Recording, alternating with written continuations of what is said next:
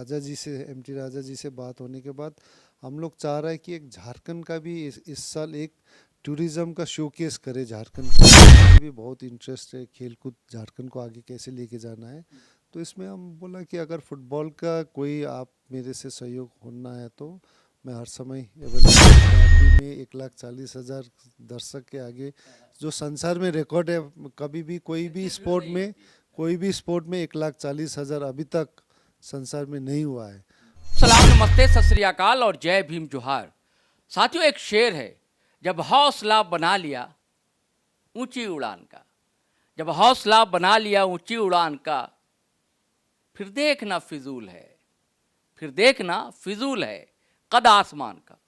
तो आप फ्रेम में जिस शख्सियत को देख रहे हैं, उन्होंने बचपन से ही, संभवतः शायद 9 साल की उम्र रही होगी जब स्कूली छात्र हुआ करते थे ये, अब तब से ही इन्होंने हौसला बना लिया था, एक संकल्प ले लिया था। क्या था संकल्प? कि अपने देश के झंडे का नाम बुलंद करना है समूची दुनिया में, और उन्होंने कर दिखाया। सिर्फ मोहन बगान और ईस्ट एक टीम है कलकत्ता की, वहीं में ही नहीं, मलेशिया तक जा पहुंचे। हमारी टीम के कैप्टन भी रहे, इंडियन फुटबॉलर टीम के। और भी कई बातें हैं दोस्तों, हम इनसे ही जानेंगे समझेंगे। मैं क्या बोलूं, एक किताब है, खोलना है उसे, वरक पन्ने दर पन्ने, एक इतिहास दर्ज आपको मिलेगा। तो मैं सीधे इनका स्वागत करता हूं, झारखंडी जोहार करता हूं। वाइचिंग भूटिया साहब का हमारे साथ हैं। नमस्कार सर। जोहर जोहर, नमस्कार। मैं चाहता हूं कि आपकी कहानी बचपन से हम लोग जानें। मुझे ध्यान आता है, वो तो आप सही बताएंगे, कि बचपन 9 साल या 8 साल के रहे होंगे, पहली बार आपने टीम में हिस्सा लिया। जी नहीं, बचपन में सिक्किम में जब उधर में जब जन्म लेता है तो बच्चे लोग उधर का एक ही काम करता है, फुटबॉल ही खेलते हैं नॉर्थ ईस्ट में। तो वहीं से शुरू होके फिर जब मेरा शुरुआत गवर्नमेंट ऑफ इंडिया का स्कॉलरशिप फुटबॉल में मिला, और वहाँ से मेरा फुटबॉल का जीवन शुरू हो गया गांव से। नहीं, बच्चे तो और भी होंगे, आपके घर में भी भाई थे, आपके फादर मतलब खेती किसानी क्या करते थे, तो कहाँ खेती किसानी, स्कूलिंग, और फिर फुटबॉल की तरफ कैसे ध्यान? जैसे मैं बोला गया कि नॉर्थ ईस्ट और सिक्किम में तो उस समय हम जब वो ज़माने 80s का, मैं जब 70s में 75 में जन्म हुआ, 76 75 में, तो उस समय 80s में तो कुछ था ही नहीं। तो उधर का हर एक बच्चा एक ही काम करता था, फुटबॉल। तो हमारे पिताजी भी गांव के थे, किसान थे, और उधर का पंचायत भी था। तो उनका पंचायती में काफ़ी गांव के भीतर में वो गांव के आपस में काफ़ी फुटबॉल मैचेस खेलते थे। हमारे पिताजी भी खेलते थे, तो सब देखते थे, बड़ा भैया पिताजी वो लोग का गांव दूसरे गांव के साथ खेलने जाता था। हम भी छोटा बच्चा वैसा शुरू करके उसी तरीके से फुटबॉल के साथ मेरा जुड़ना शुरू हो गया। और वहीं से हम 16 साल की उम्र में फिर एक टीम में शामिल हुए। फिर 16 साल में हम फिर ये ईस्ट बंगाल 17 साल में हम ईस्ट बंगाल में प्रोफेशनली खेलने निकल गया। और मैं सिक्किम को 17 साल जब उम्र होने से मैं सिक्किम छोड़ना पड़ा, बिकॉज ईस्ट बंगाल में प्रोफेशनली खेलने निकल गया। उसके बाद हम खेलते गया, ईस्ट बंगाल में खेलने के बाद देश के लिए 2 साल के बाद मौका मिला खेलने के लिए। और मैं 20 साल उस खेलते खेलते सिक्किम से भी बाहर रहा हूँ। और देश के लिए फिर मैं खेलने को मौका मिला, 16 साल देश के लिए खेला हूँ, 12 साल कैप्टनशिप किया हूँ देश के लिए। और ये सब मुझे लगता है कि एक आशीर्वाद है, ऊपर वाले का आशीर्वाद से ये सब। ये ईस्ट बंगाल और मोहन बगान राइवलरी रहती है ना दोनों के बीच में, और आपका दोनों से दोस्ताना रहा। जी, बहुत बड़ा राइवल्स रहता है ये। कैलकाटा तो बोला जाता है कि मेक्का ऑफ इंडियन फुटबॉल, कारण कैलकाटा में बंगाल में सबसे भारत का सबसे 3 बड़े क्लब्स है, ईस्ट बंगाल, मोहन बगान और माउंटेन स्पोर्टिंग। ये तीनों का इतिहास 100 साल पुराना है। और ये लोग ने भारत का फ्रीडम मूवमेंट में भी ये तीनों क्लब ने, माउंटेन स्पोर्टिंग, ईस्ट बंगाल और मोहन बगान में काफ़ी खेल के जरिए फ्रीडम मूवमेंट में भी काफ़ी हेल्प किया है। तो ये लोग का इतिहास, इतना बड़ा क्लब में मौका खेलना, बड़ा ये सपोर्ट फैन क्लब है, सपोर्टेड क्लब है। तो हमारा प्रोफेशनल जर्नी वहाँ से शुरू हुआ। नहीं, मेरा ये सवाल था भुटिया साहब कि दोनों के बीच आपके बड़े अच्छे रिलेशंस रहे, जबकि दोनों तो राइवल ही हैं, है ना। आप इस बंगाल से भी खेले, मोहन बगान से भी खेले। रिलेशन तो जब भी एक के लिए खेलता है तो दूसरे के साथ तो रिलेशन कभी अच्छा नहीं रहता है। ये राजनीति जैसा है, आप एक पार्टी को सपोर्ट करें तो अन्य दूसरा पार्टी तो आपको विरोध करता है। तो मैं जब ईस्ट बंगाल में खेलता था तो मोहन बगान वाले तो बहुत ही गुस्सा करते थे मेरे साथ। जब मैं मोहन बगान में फिर खेलने गया तो ईस्ट बंगाल पूरा आधा बंगाल गुस्सा हो गया, क्योंकि ये बंगाल तो माउडन, ईस्ट बंगाल और मोहन बगान तीनों के बीच में, तो एक क्लब में खेलेगा तो ये दोनों क्लब का पूरा सपोर्टर लोग गुस्सा हो जाता है। तो ये तो एक फुटबॉल तो दोनों के बीच में सपोर्टिंग मैनेजमेंट किसका रहा? दोनों का बहुत ही बड़ा है, बहुत ही ये इक्वली है। लेकिन मेरा सक्सेस, मेरा सफलता ज़्यादा करके ईस्ट बंगाल में मिला, क्योंकि शुरुआत भी ईस्ट बंगाल से हुआ और अंतिम भी शेष भी मैंने रिटायरमेंट भी ईस्ट बंगाल से किया हूँ। तो मेरा जो रिलेशन है ईस्ट बंगाल के साथ, मैंने 10 साल खेला हूँ, 10 से 11 साल। मोहन बागान के साथ मैंने खाली 4 साल खेलने को मिला। तो मेरा ज़्यादा सपोर्ट, मेरा ज़्यादा रिलेशन ईस्ट बंगाल के साथ हुआ है। अच्छा, मोहन बगान से याद आया, मुझे लगता है कि 2017 का साल रहा होगा। वो ओलंपिक में आपने कहा था, वो क्या बोलते हैं, मशाल रेले मशाल क्या कहते हैं उसे, है ना, कि मैं नहीं दौड़ूंगा मशाल लेकर, और आपने विरोध किया था तिब्बत इशूज को लेकर। तो मोहन बगान ने इस पर ऑब्जेक्शन भी किया, तो क्या मामला था? बगन ने नहीं किया ये, हमारा ओलंपिक्स चाइना में हो रहा था, तो मैंने तिब्बत का सहयोग सपोर्ट के लिए मैंने ओलंपिक टॉर्च कैरी नहीं किया, बिकॉज वो चाइना में हो रहा था। तो इसके लिए मोहन बगान, ईस्ट बंगाल सभी ने सपोर्ट दिया। अच्छा, सपोर्ट किया। मोहन बगान ने ऑब्जेक्शन भी किया था? अच्छा, सपोर्ट किया था। अच्छा, और एक चीज़ और, जो आप पहली बार कब टीम में शामिल हुए थे?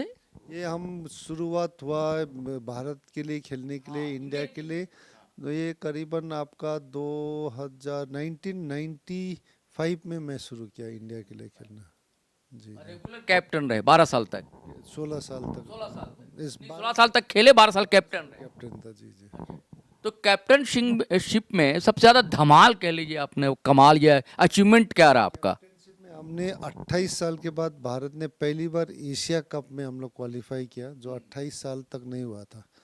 तो इसमें हम लोग काफ़ी भी, और पहली बार हम लोग ने नेहरू गोल्ड कप, इंडिया ने पहली बार जीता है। AFC चैलेंजर्स कप मेरे अंडरशिप में पहली बार, एशियन चैम्पियनशिप हम लोग जीते हैं।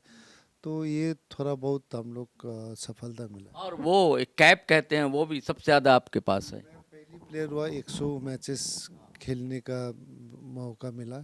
कभी उसके आगे कभी इंडियन खिलाड़ी ने 100 मैच भारत के लिए नहीं खेला था। वो पहली बार प्लेयर हुआ कि 100+ मैचेस खेलने को। और ये गोल भी आपने किया है ज़्यादा, है ना? अभी उस समय जब खेल रहा था हाई स्कोरर था मैं भारत के लिए।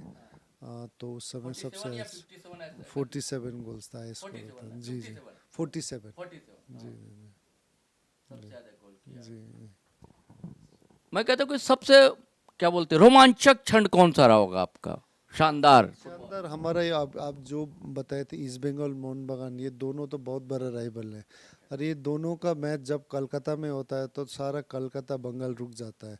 और ग्राउंड में फुल स्टेडियम 1,20,40,000 का दर्शक आए थे। वो मैच में मैंने पहली बार हैट्रिक किया, वो इतिहास का पहला हैट्रिक था। 1,40,000 दर्शक के आगे मोहन बगान, वो मैंने ईस्ट बंगाल के लिए खेल रहा था। तो मोहन बगान का अगेंस्ट में मैंने पहली बार डार्बी में 1,40,000 दर्शक के आगे, जो संसार में रिकॉर्ड है, कभी भी कोई भी स्पोर्ट में 1,40,000 अभी तक संसार में नहीं हुआ है। तो इसके सामने अपना 3 गोल हैट्रिक करना और पहला हैट्रिक करना, ये सबसे मेरे लिए एक बहुत मैं सबसे बड़ा अच्छा मेमोरी है मेरा फुटबॉल करियर। देखिए, आपका झारखंड आना जाना रेगुलर होता है, लगभग आप आते हैं। और आपने बताया कि सिक्किम में एक माहौल है, बचपन से बच्चे खेलते हैं। आप झारखंड के भी गांव में जाएंगे तो हॉकी तो के प्लेयर्स निकल जाते हैं यहाँ पे, बड़े बड़े नाम हैं, कैप्टनशिप तक मिली है उन्हें, लड़कियों में भी लड़कों को भी मिली है। और लेकिन फुटबॉल भी खेलते हैं बच्चे यहाँ पे। यहाँ वो कंपटीशन में बकरे दिए जाते हैं, है ना, लेकिन यहाँ वो प्लेयर्स नहीं निकल पा रहे फुटबॉल में, क्या कारण देखते हैं? झारखंड में फुटबॉल बहुत हाईली इंटरेस्टेड, बहुत अच्छे अच्छे खिलाड़ी हैं, लेकिन कहीं ना कहीं शायद उनको वो प्लेटफॉर्म नहीं मिला। लेकिन लड़की लोग में झारखंड जो कर रही है, स्पेशली अंडर 17 में बहुत, अभी हाल ही में कल ही भारत का इंडिया नेशनल में अंडर 17 में झारखंड ने जीता है। अंडर 17 वुमेन्स नेशनल का, लड़की लोग 17 साल का। तो इसका सबूत है कि झारखंड में बच्चे लोग बहुत ही अच्छा खेलने वाला लोग है। लड़का लड़की लोग, अब इनको कैसे सपोर्ट किया जाए, प्रमोट किया कैसे किया जाए, ये लेके हम लोग हमारे करीबन दोस्त, फर्स्ट टाइम एमएलए राजा जी भी है, एमटी राजा जी के साथ भी हम काफ़ी बात करते रहता है। उनके चलते फिर हम कल आके सीएम साहब हेमंत सोरेन साहब की भी मिला, मैं इधर आया था उनका शिबू सोरेन जी का श्रद्धांजलि देने के लिए। जब बातचीत हुआ तो हेमंत जी भी बहुत इंटरेस्ट है खेलकूद झारखंड को आगे कैसे लेके जाना है। तो इसमें हम बोला कि अगर फुटबॉल का कोई आप मेरे से सहयोग होना है तो मैं हर समय अवेलेबल हूँ। देखिए आपने तो एकेडमी भी खोली है दिल्ली में शायद। काफ़ी एकेडमीज में हमारा बहुत सारा बच्चा, बहुत तो नहीं बोलता हूँ, लेकिन काफ़ी बच्चा झारखंड का हमारा है और स्कॉलरशिप में। और वो बच्चे लोग इनफैक्ट जाके इंडिया के लिए भी खेल चुका है, लड़का लड़की, और काफ़ी प्लेयर लोग अभी अच्छे अच्छे बड़े क्लब्स में भी खेल रहे हैं झारखंड से। अच्छा, मलेशिया भी आप गए वहाँ खेले, वो कैसे हुआ वो? मलेशिया बहुत ही अच्छा एक्सपीरियंस है। मलेशिया उस समय फुटबॉल में बहुत ही अच्छा प्रोग्रेस कर रहा था जब मैं खेलने गया। तो बाहर विदेश में खेलना एक अलग चैलेंज है और अलग एक्सपीरियंस है, तो बहुत मुझे हेल्प हुआ है। कंपटीशन हाई होता है तो काफ़ी हेल्प हो जाता है।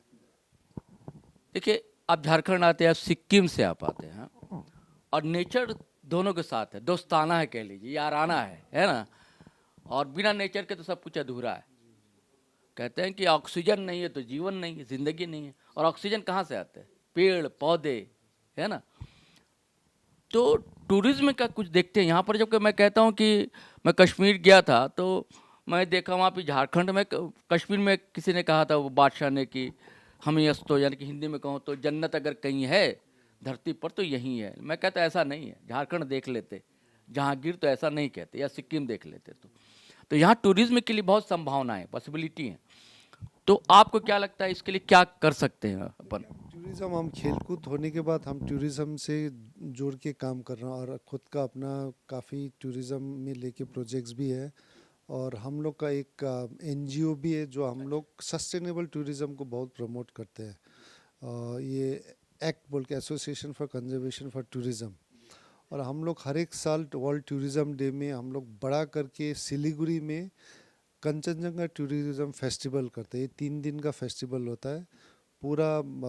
इसमें हम लोग जितने भी पहाड़ है, डोर, सिलगुड़ी, ये आसपास में इन एरिया को प्रमोट किया जाता है सस्टेनेबल वाइज। और मोस्टली हम लोग रूरल टूरिज़्म, विलेज टूरिज़्म लेके प्रमोट करता है।